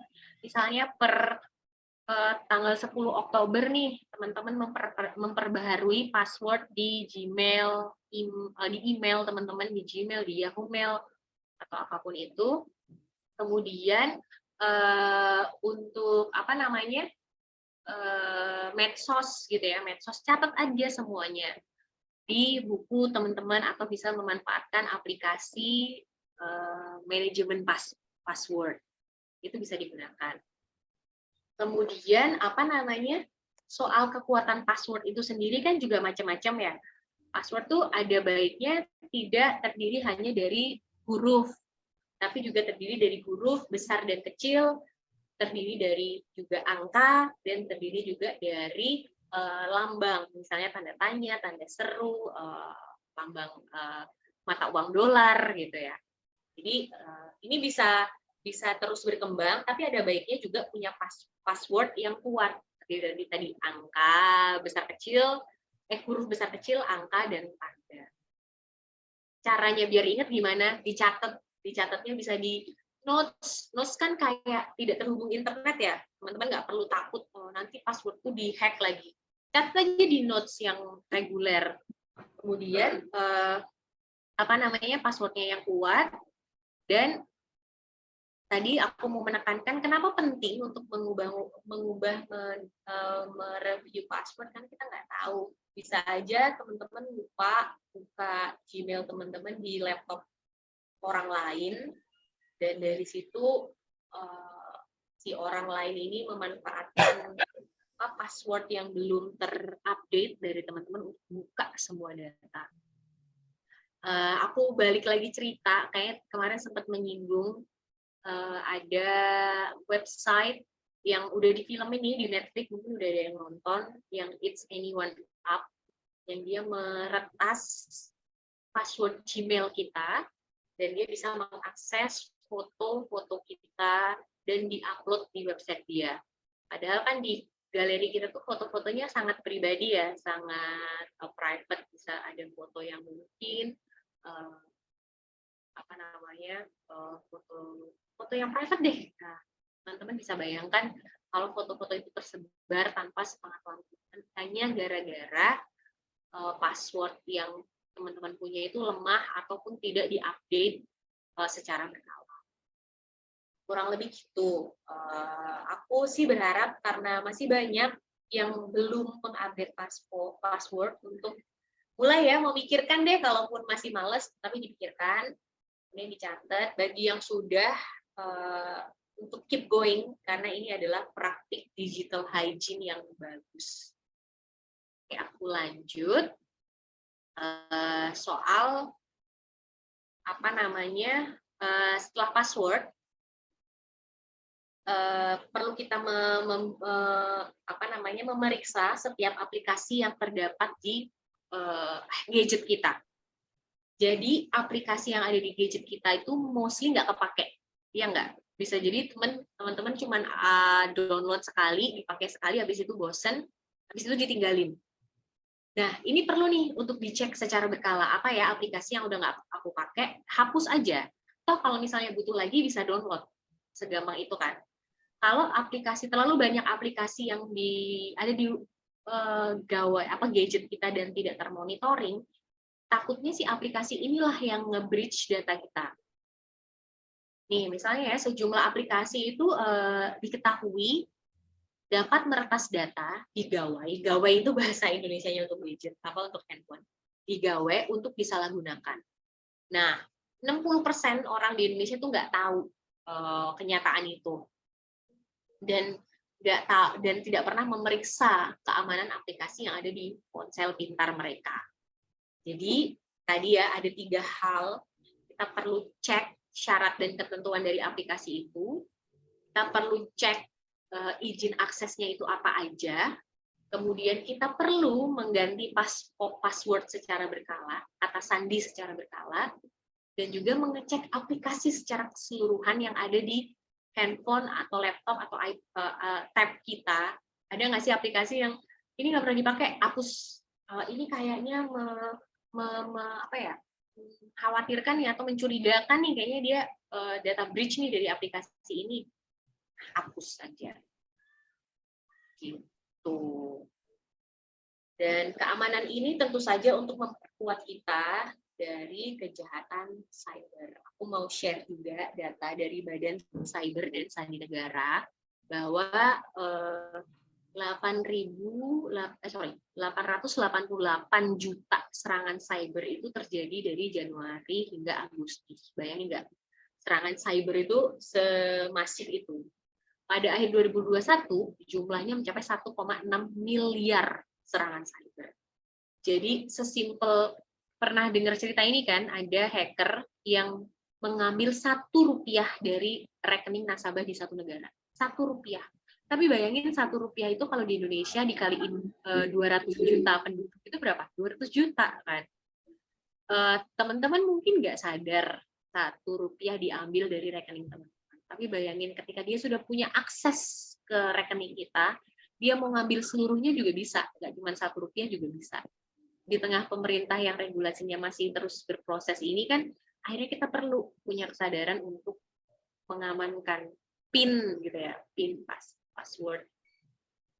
Dan 3 sektor yang paling banyak mengalami peretasan ini adalah situs pendidikan tinggi, swasta, dan pemerintah daerah. Situs pendidikan tinggi. Teman-teman sebagai sivitas akademi, datanya itu kan ada di kampus ya, datanya di kampus, itu rentan juga tuh disalahgunakan. Disalahgunakan dalam artian karena para peretas ini kan juga semakin canggih ya, semakin kita bikin pengaman 5 lapis, dia udah tahu caranya nembus 6 lapis gitu kan. Kita bikin 7 lapis, dia udah tahu caranya nembus 10 lapis. Jadi kita tuh berkejar dengan waktu, kita kasih pengaman A, dia udah tahu caranya. Sama kayak pencuri motor deh, pengaman kunci motor itu kan semakin mutakhir ya, tapi pencurinya, pembobolnya pun juga semakin canggih, semakin cerdas. Jadi kalau bukan kita yang menjaga data kita sendiri, apalagi kita nggak bisa rely on perintah 100%. Nah, ini soal potensi-potensi kejahatan digital. Aku mau share bahwa kadang kita tuh mengabaikan potensi kejahatan digital yang ada di depan mata. Kita nggak sensitif kalau itu sebenarnya adalah bagian dari kejahatan cyber. Misalnya ada SMS, tiba-tiba kita masuk mall gitu ya, kita masuk mall, tiba-tiba langsung dapat SMS dari Baskin Robbins atau KFC atau toko-toko yang ada di situ.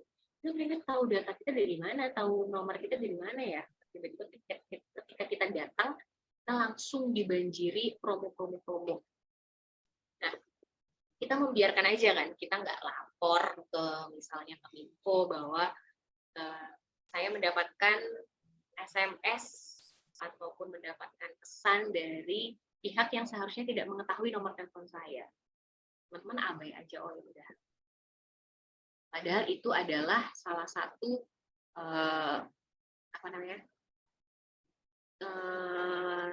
tanda-tanda data kita itu sudah diretas. Tinggal kita masuk ke mall, udah deh di blasting. Nah, ini aku mau kasih lihat satu foto yang menurutku menarik. Pernah lihat foto ini nggak teman-teman?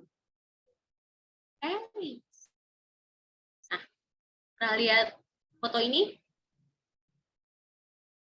Ini adalah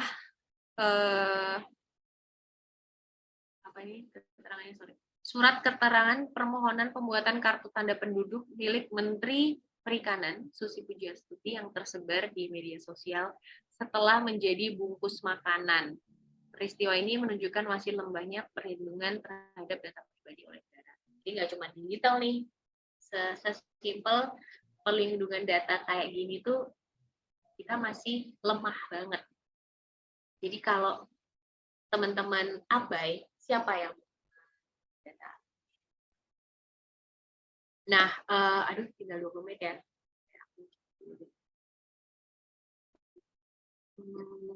Oke. Nah, keselamatan data aku mau nambahin sedikit soal keselamatan data. Ini hal-hal yang bisa teman-teman praktikkan di rumah, yaitu update software dan aplikasi.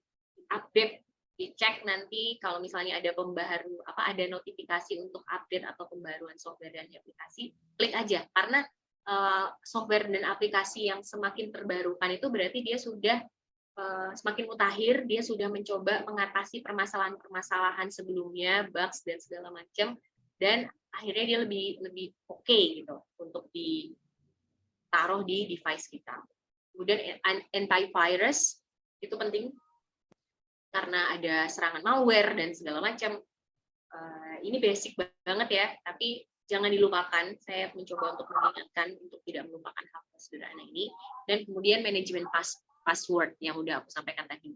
Manajemen password ini selain tadi mengganti secara berkala, juga mencatatnya, password, PIN, atau istilahnya apapun, ada kata sandi gitu ya, PIN, password, dan segala macam, pokoknya diganti.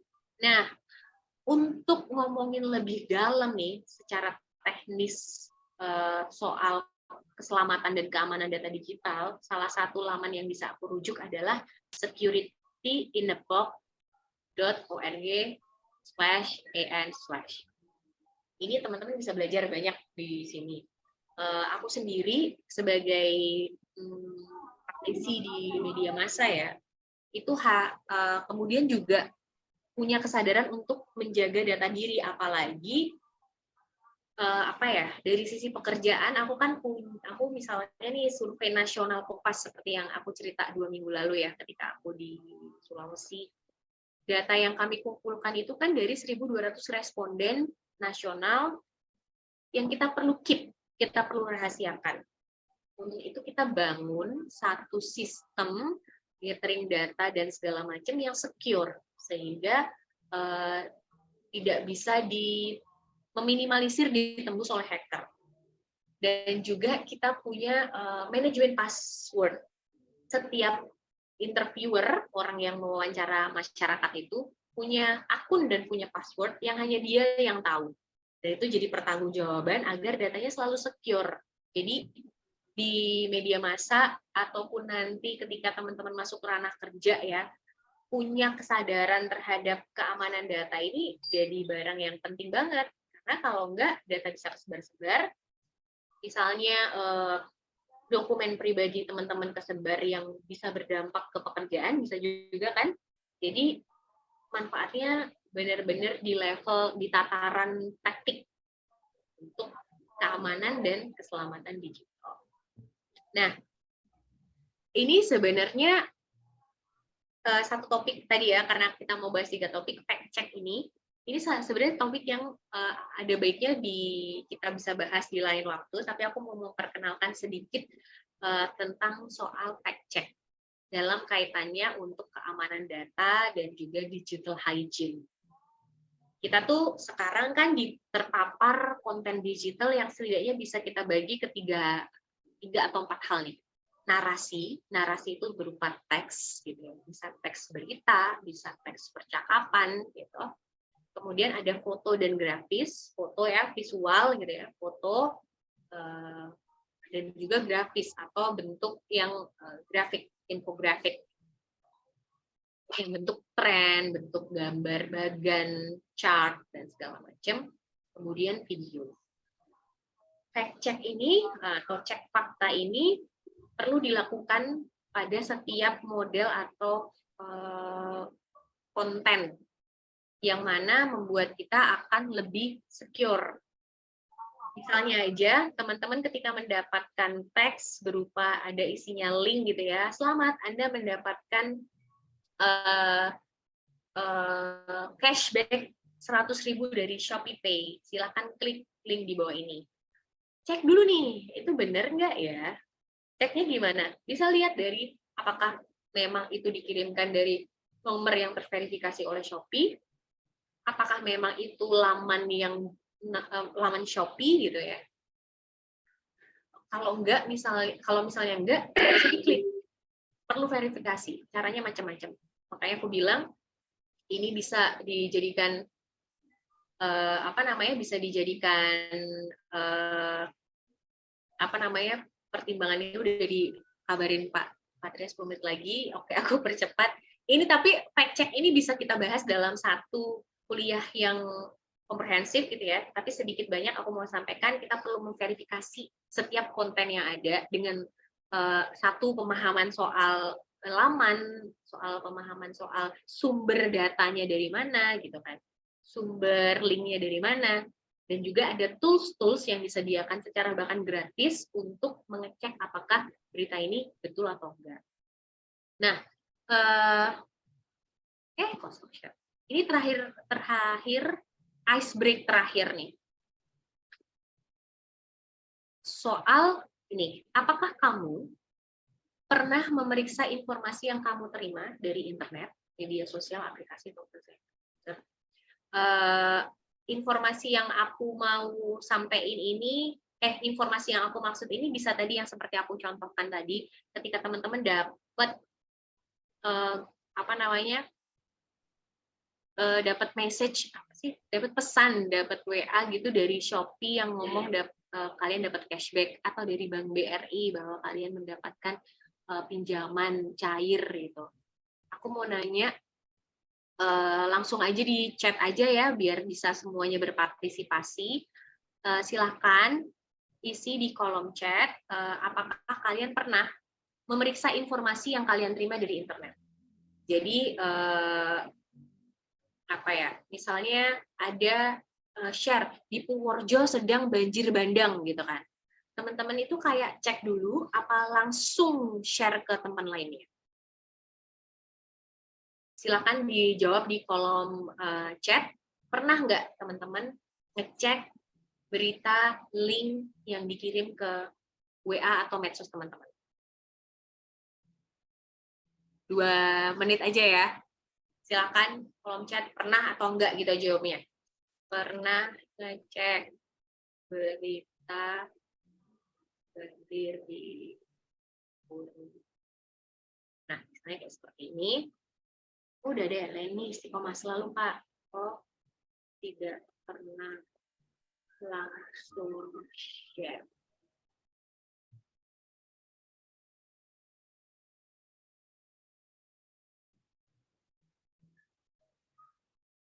Dua menit. Silakan.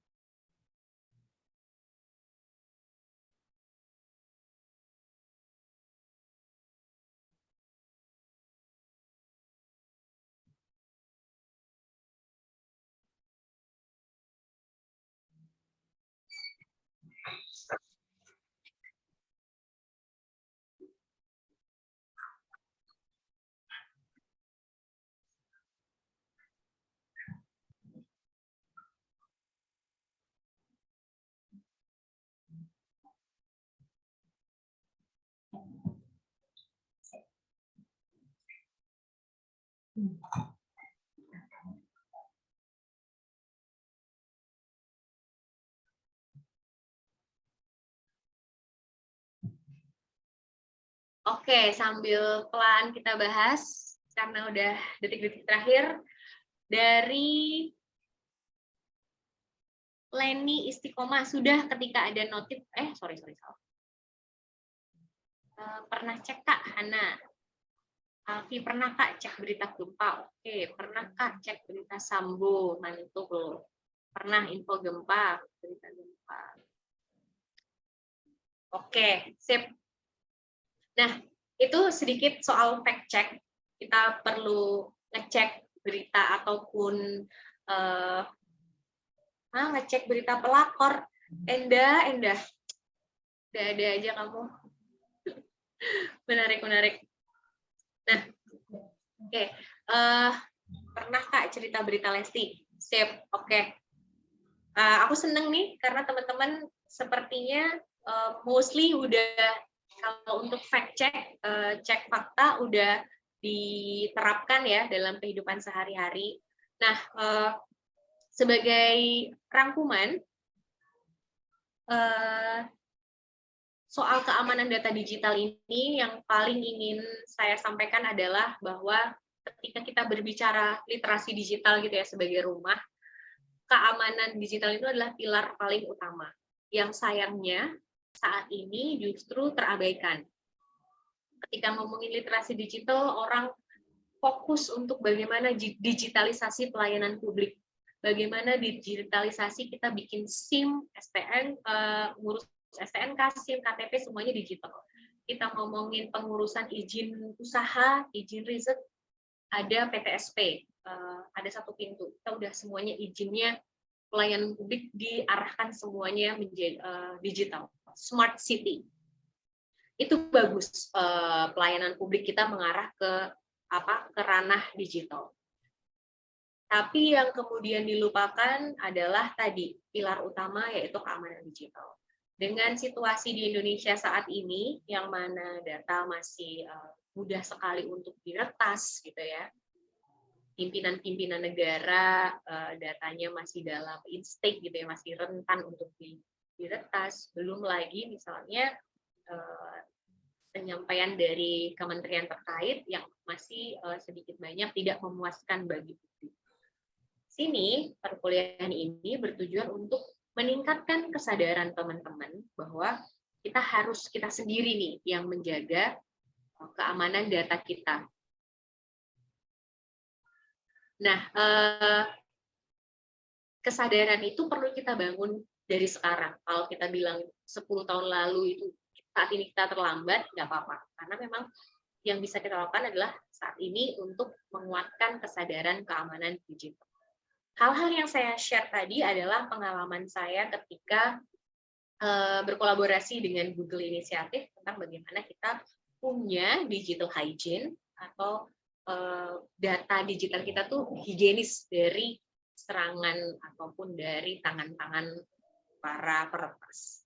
Yang seperti saya sampaikan tadi, kita bisa memulai dengan manajemen password, kita bisa mulai dengan mengganti password secara berkala, kita mulai jeli ketika memberikan izin akses pada aplikasi-aplikasi yang kita unduh atau kita install.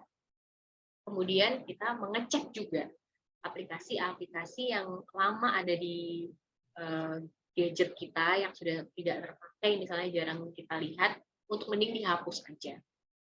Kemudian celah paling mudah untuk kita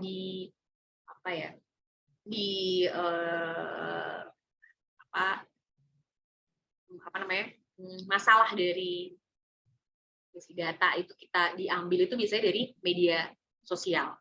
Perlu banget teman-teman memperkuat praktik digital hygiene di media sosial teman-teman. Dari misalnya benar-benar mempertimbangkan apa yang teman-teman share, mempertimbangkan untuk melihat follower ataupun following teman-teman, karena mereka inilah yang setiap kali memantau apa yang teman-teman posting di media sosial. Nah, terus kayaknya tadi kalau aku ngelihat dari sisi fact check gitu ya, cek fakta, teman-teman sudah familiar tentang bagaimana kita juga harus jeli melihat data ataupun hal yang kita terima. Sama hal terakhir yang ingin saya sampaikan soal kita jangan jadi masyarakat yang abai, apalagi teman-teman adalah agent of change. Jangan abai ketika misalnya ada SMS yang indikasinya adalah penipuan, SMS ataupun pesan yang bisa punya potensi apa ya, dia punya link yang punya potensi untuk jadi virus atau malware di gadget kita. Nah, ini sampaikan ya ke saudara, ke kawan-kawan, ataupun ke orang tua yang relatif tidak tahu, mereka asal klik aja kan, mereka asal klik, mereka asal download, tolong sampaikan. Jadi, pesanku terakhir adalah untuk kemudian kita menjadi corong kebaikan bagi orang lain, sembari kita memperkuat jalin sosial atau jalin keamanan digital kita. Kurang lebih gitu dari aku, teman-teman. Mungkin mau ada yang ditanyakan atau disampaikan terkait perkuliahan keamanan data digital ini. Kalau misalnya ada hal yang kurang ataupun perlu pengen kita explore bareng-bareng, feel free untuk ngomong ke aku, nanti akan aku coba formulasikan dan desain sama Patria, siapa tahu ini akan lebih cocok nih. Silakan kalau ada yang mau memberikan komentar ataupun pertanyaan, bisa di kolom chat atau ngomong langsung.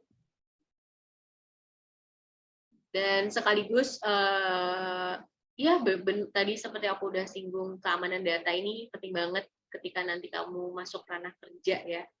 Apalagi ketika masuk ranah kerja, teman-teman punya persaingan bisnis, data kita di album foto itu menjadi sasaran empuk untuk menunjukkan kredibilitas ataupun integritas kita. Itu Patria.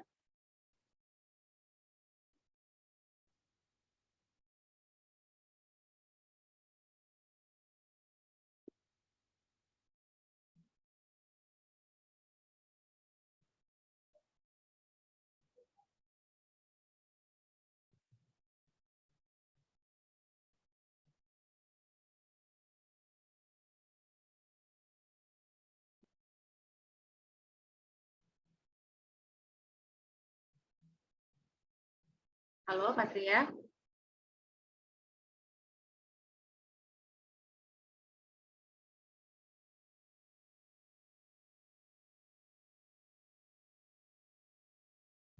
Ini Pak Patrianya masih ada nggak ya di sini?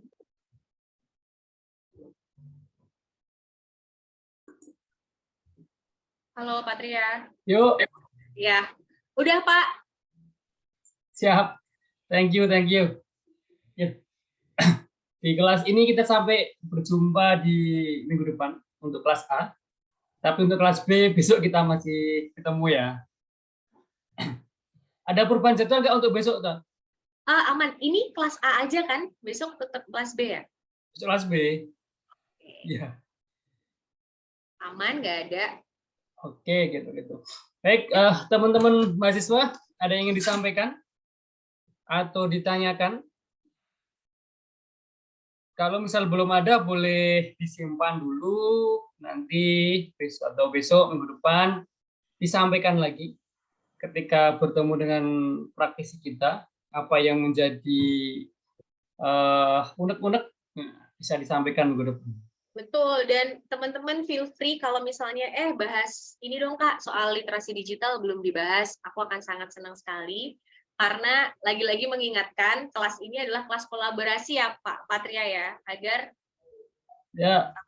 ada partisipasi dari teman-teman. Oke, baik. Mungkin kalau tidak yang bertanya kita cukupkan gitu ya. Bisa kita tutup perkuliahan kita pada siang hari ini dengan bacaan hamdalah bersama-sama. Alhamdulillahirrahmanirrahim. Sekian dari saya. Assalamualaikum warahmatullahi wabarakatuh. Waalaikumsalam warahmatullahi wabarakatuh. Ya, sama-sama. Saya N ya Zoom-nya. Oke. Yuk.